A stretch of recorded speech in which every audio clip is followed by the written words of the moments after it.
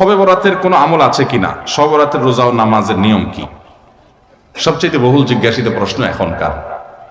শবে বরাত আসছে, যেটাকে আসলে হাদিসের ভাষ্যে বলা হয়েছে মধ্য শাবানের রাত। শবে বরাত না, এটার হাদিসের ভাষ্যের নাম কি? মধ্য শাবানের রাত। এই মধ্য শাবানের রাত বা মধ্য শাবানের রজনী, এই রাতে যেটাকে আমরা শবে বরাত বলি, এই রাতের নামাজের নিয়ম কি?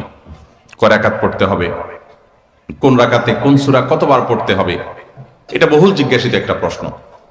এবং এ ব্যাপারে আমরা অনেকে জানি যে শবে বরাতের নামাজে এত রাকাত পড়তে হবে, সেখানে সূরা কুল হু আল্লাহু ইখলাস এতবার পড়তে হবে, ইত্যাদি ইত্যাদি। লাইলাতুল কদর ছাড়া অন্য যে সমস্ত রাতের ফজিলত আছে, এর মধ্যে 10টা রাতের কথা আল্লাহ তাআলা শপথ করেছেন, ওয়াল ফাজরি ওয়া লায়ালিন আশর। সে 10টা রাত হলো জিলহজের প্রথম দশক।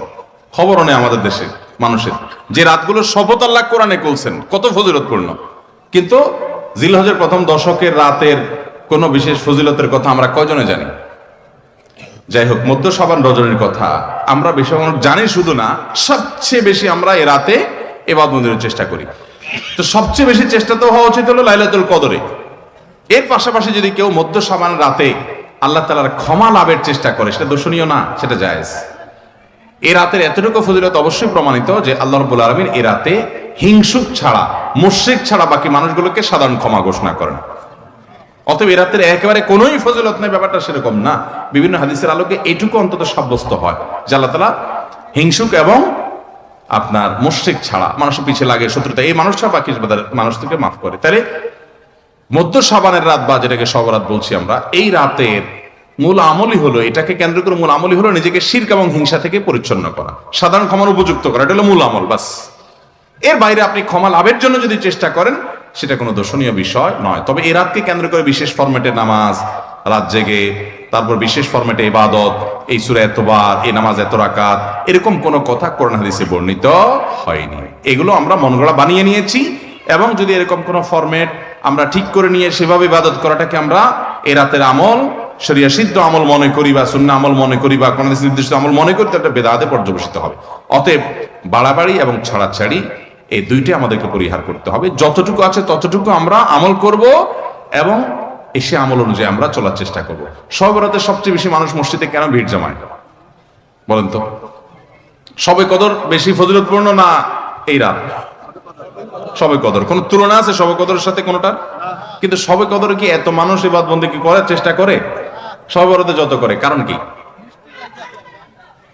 মিষ্টির জন্য বলে, খারাপ বলেন নাই। আমি ছোট থাকতে যখন মাদ্রাসায় পড়ি, লজিং এ ছিলাম এক বাড়িতে, আমার মনে আছে এক মসজিদে সারা রাত সব কাঁদতে কাঁদতে মজনডে গালিরাজ করতে উঠতে যাচ্ছে। আমার ছোটবেলার ঘটনা। যাই হোক, তো মিষ্টির জন্য যায় না, এটা পুরোপুরি সঠিক না। এত অভাব পড়ে না যে সারা রাত মানুষ মসজিদে পড়ে থাকবে একটু মিষ্টি একটা প্যাকেটের জন্য, আমার মনে হয় না।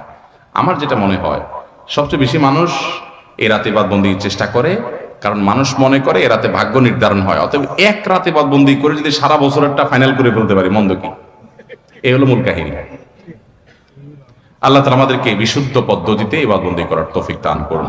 তাহলে ভাইরা আমার, মধ্য শাবানের রজনীতে আমরা আল্লাহ তাআলার কাছে ক্ষমার উপযুক্ত হওয়ার জন্য, হিংসা শিরক থেকে মুক্ত হওয়ার চেষ্টা করব, ক্ষমা পাওয়ার জন্য প্রচেষ্টা আমাদের থাকবে। কিন্তু ওই যে বেদাতি পন্থা, বিশেষ ফর্মে ঠিক করে ইবাদত, নামাজ, হালুয়া রুটি খায় মানুষ। হালুয়া রুটি কেন খায়?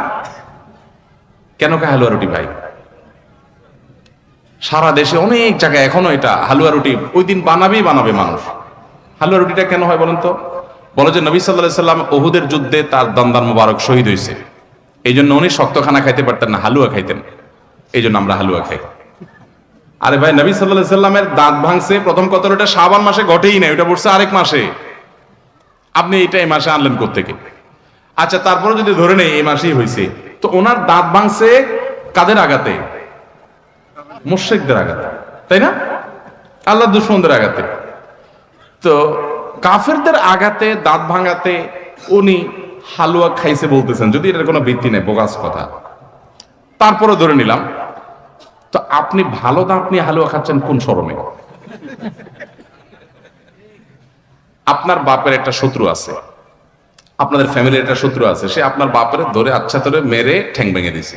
আপনার বাপ বেচারা ওই ভাঙা ঠ্যাং নিয়ে একটা লাঠি নিয়ে ভর করে করে খোঁড়ায় খোঁড়ায় উনি হাঁটেন, কারণ পা ভেঙে গেছে বেচারা।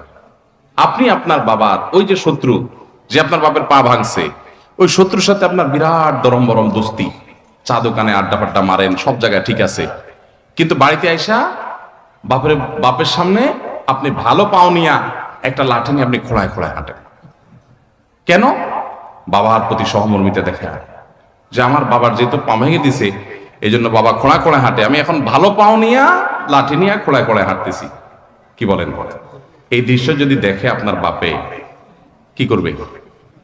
হাতের লাঠিটা দিয়ে বলবে, আমার পাও যা যাক, তোর আগে কয়টা বাড়ি দিবে এত, তুই আমার ব্যাঙ্গাইতে আসছস?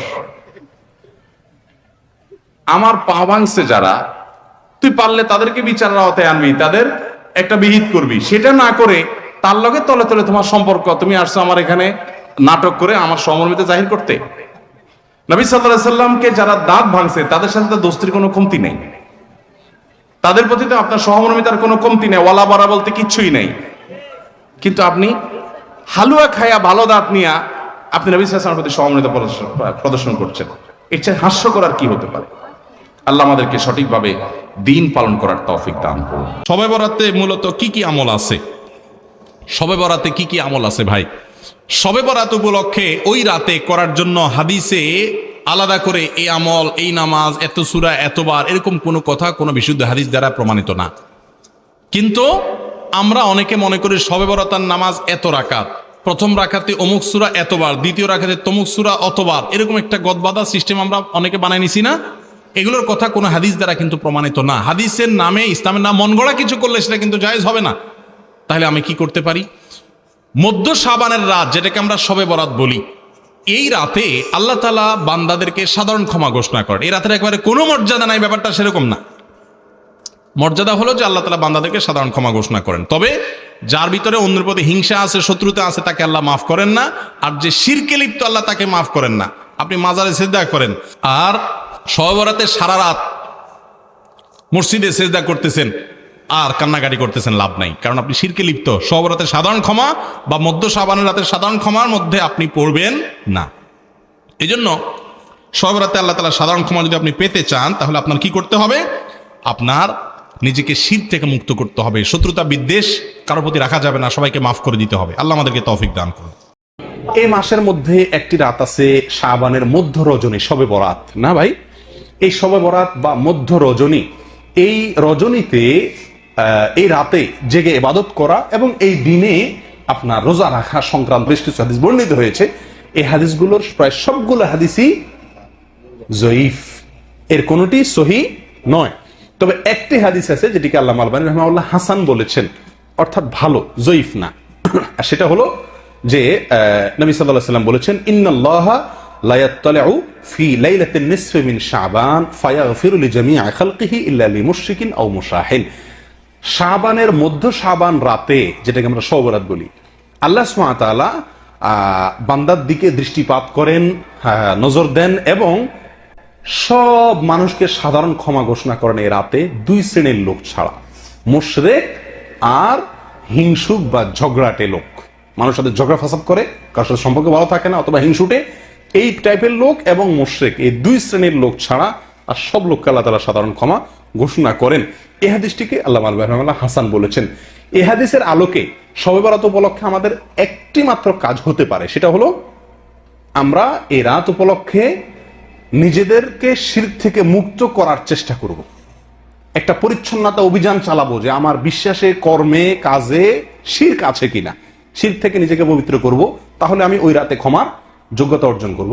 দ্বিতীয়ত হলো হিংসা আমার ভেতরে আছে কিনা, কারোর প্রতি ঝগড়া ফাসাদ করার মানসিকতা আছে কিনা, প্রবণতা আছে কিনা, তাহলে সেগুলো থেকে তওবা করে নিজেকে পরিচ্ছন্ন করে নেব আল্লাহ সাধারণ ক্ষমা পাওয়ার জন্য। ঠিক আছে ভাই? আর এর বাইরে দিনে রোজা অথবা রাতে রোজা, তো এই মাসের ব্যাপারে গোটা মাসই বেশিরভাগ সময় রোজা রাখার কথা আছে, সেটা ভিন্ন, কিন্তু স্পেসিফিকলি ওই দিন, নির্দিষ্টভাবে ওই দিন রোজা অথবা ওই রাতে ইবাদত করার ব্যাপারে সহি কোনো হাদিস বর্ণিত হয় নাই। কথা বুঝে আসছে ভাই? আল্লাহ তাআলা আমাদেরকে আমল করার তৌফিক দান করেন। শেষ যে পয়েন্টটি বলে আলোচনা এই বিষয়ে শেষ করব, সেটা হলো আমরা আমাদের দেশের বেশিরভাগ মানুষ শবে বরাত মানেই জানে মূলত এটা ভাগ্য নির্ধারণকারী রজনী। আমাদের মিডিয়াগুলো সেভাবে সংবাদ প্রচার করে থাকে যে শাবানের মধ্যরাত, শবে বরাত মানে কি, ওই রাতে কি হয়, ভাগ্য ঠিক হয়। দেখুন এ বিষয়েও যে হাদিস বর্ণিত হয়েছে সে হাদিস সহি নয় প্রিয় ভাইরা।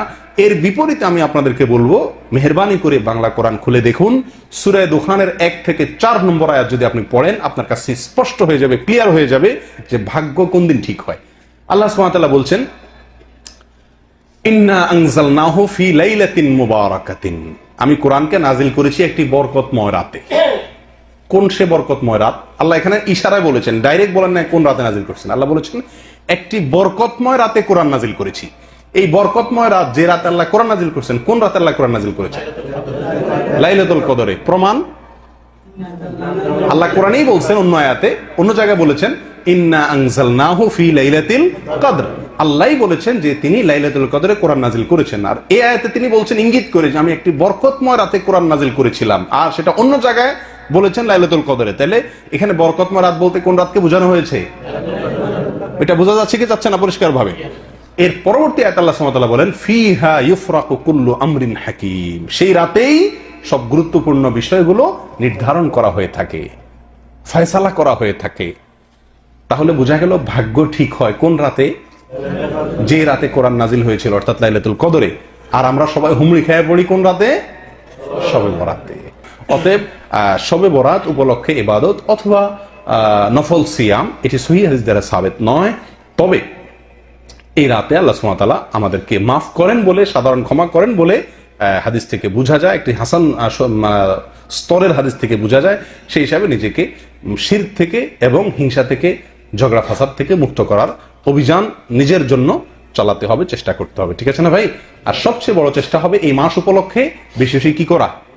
নফল সিয়াম রাখার চেষ্টা করতে হবে। আল্লাহ সুবহানাহু ওয়া তাআলা আমাদের সকলকে শাবান মাসের ফজিলত এবং মর্যাদা বুঝে আমল করার তৌফিক দান করেন।